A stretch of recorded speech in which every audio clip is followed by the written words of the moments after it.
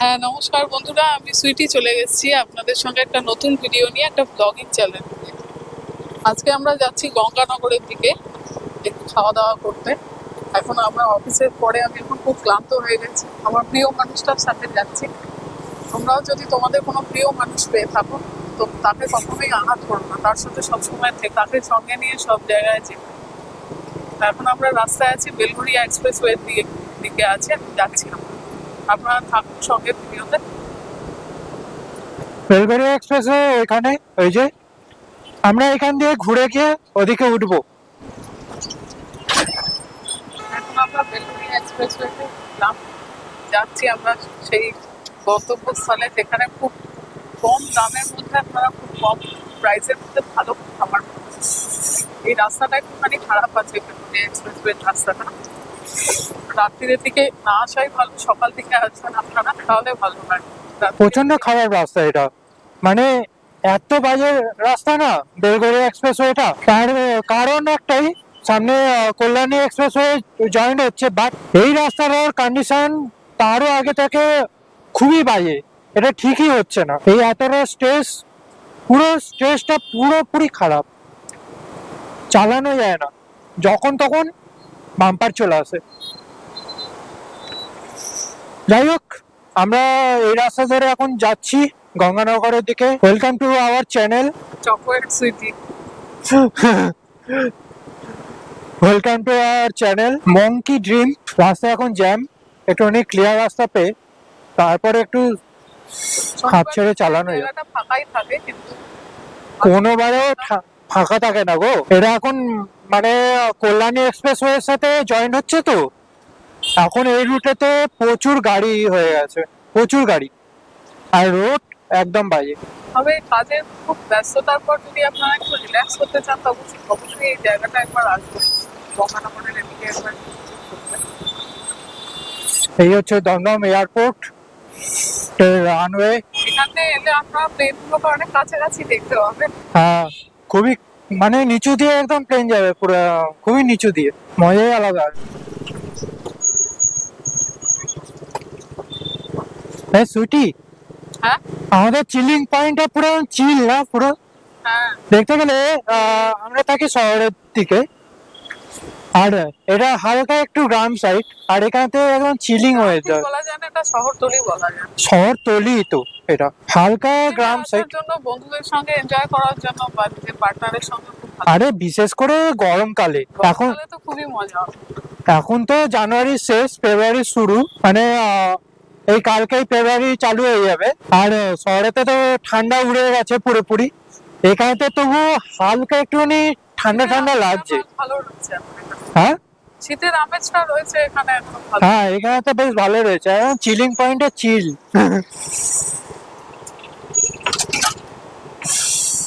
আমাদের দেখতে গেলে, কিন্তু যাদের ধরো বাইক নেই, গাড়ি নেই, তারা এখানে কিভাবে আসবে? হ্যাঁ বাসে করে আসতে পারে, গঙ্গানগরে চলে যাবে এখন গুগল ম্যাপ দেখে। আচ্ছা, আমরা কি এখন গঙ্গানগরে ঢুকে পড়েছি?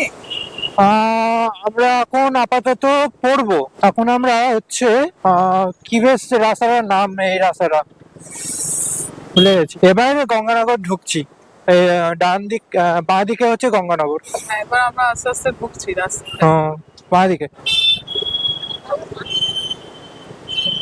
কাটাখাল ব্রিজে আমরা উঠছি এখন। ও এখানটা পুরো ভুতুরে লাগে আমার, সিরিয়াসলি বলতে গেলে এটা ভুতুরে লাগে আমার। আর তার উপরে ঠান্ডা, কাছেই শ্মশান যদিও।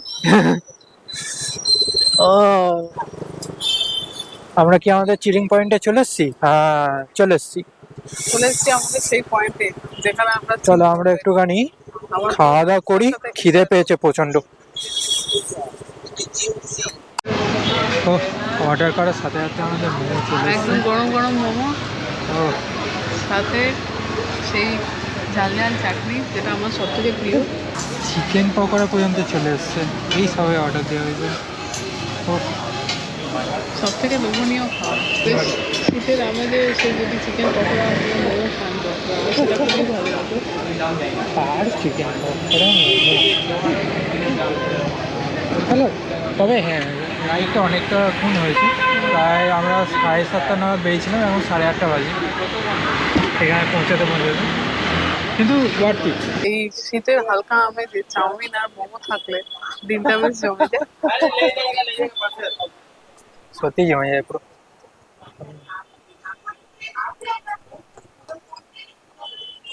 আমার সেই বাড়ি যাওয়ার পালা, পরিবেশটা চাই, আবার সেই শহরের কোলাহলের দিকে যাওয়া। সত্যি মন চায় না বলে এখান থেকে যেতে, না, সত্যি মন চায় না। কিন্তু অফিস থেকে ফিরে যা টাইম চলে যায়, তারপরে বেশি টাইম পাওয়া যায় না যে এখান থেকে অনেকটা টাইম কাটানো যাবে, কারণ এটা আমাদের বাড়ি থেকে অনেকটাই দূরে। আর যতই ব্যস্ততা থাকুক মনে হয় এখানে এসে একটু ঘুরে যাই, তাহলে বেশ মনটা একটু রিফ্রেশ হয়ে যায়। উইকেন্ডে সব থেকে বেশি ভালো লাগে, কাজের চাপ থাকে।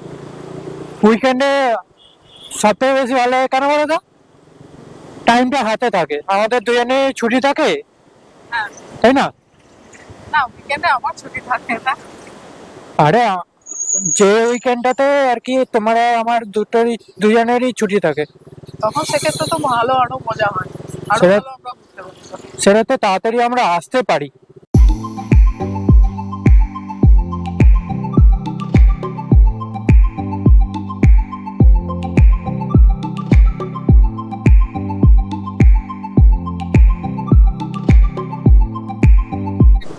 ভুতুরে এলাকা পুরো, এই ফ্লাইওভারটা পুরো ভুতুরে লাগে। এখানে কোনো গাড়ি ওঠানামা করে না ঠিক? এখানেতে বাইকটা অ্যালাউ আছে, গাড়ি যায় না অ্যালাউ আছে কিনা, কিন্তু আমার তো মেনলি এই জায়গাটা বেশি পছন্দ। এই এই যে এই জিনিসটা আমার বেশি পছন্দ, এখান থেকে পুরো জায়গাটা, পুরো গাড়িগুলো সব দেখা যায়, তাই না? হ্যাঁ, এখান থেকে ভিউটা খুব সুন্দর না, খুব হ্যাঁ। সুন্দর একটা ভিউটা পাওয়া যায়। আর এই ফ্লাইওভারটা খুব বেশি গাড়ি চলাচল করে না। এই ভিউটা খুব সুন্দর লাগে আমার। চলো বেরিয়ে যাওয়া যাক, হ্যাঁ, ফাঁকা রাস্তা পুরো।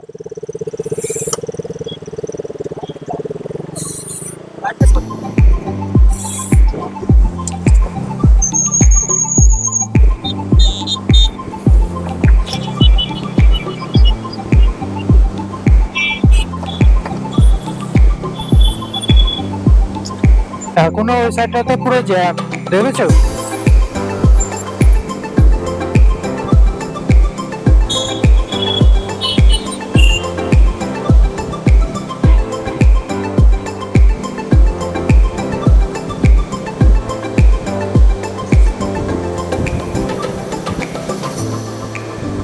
চলো গাইস, এখান থেকেই আমাদের ব্লগসটাকে এন্ড করছি। আজকে বেশ ভালো রাইড হলো, আসার সময় তো ভালো রাস্তা পেয়েছিলাম, তাই না? আমার বাড়ি যাবো, হ্যাঁ? ঘুম আসছে বাড়ি। ঘুম আসছে?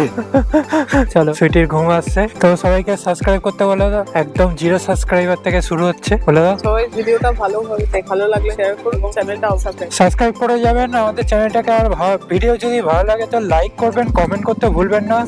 ওকে, সি ইউ সুন, ভিডিও নিয়ে আমরা পরবর্তীও দেখ। See you soon, by.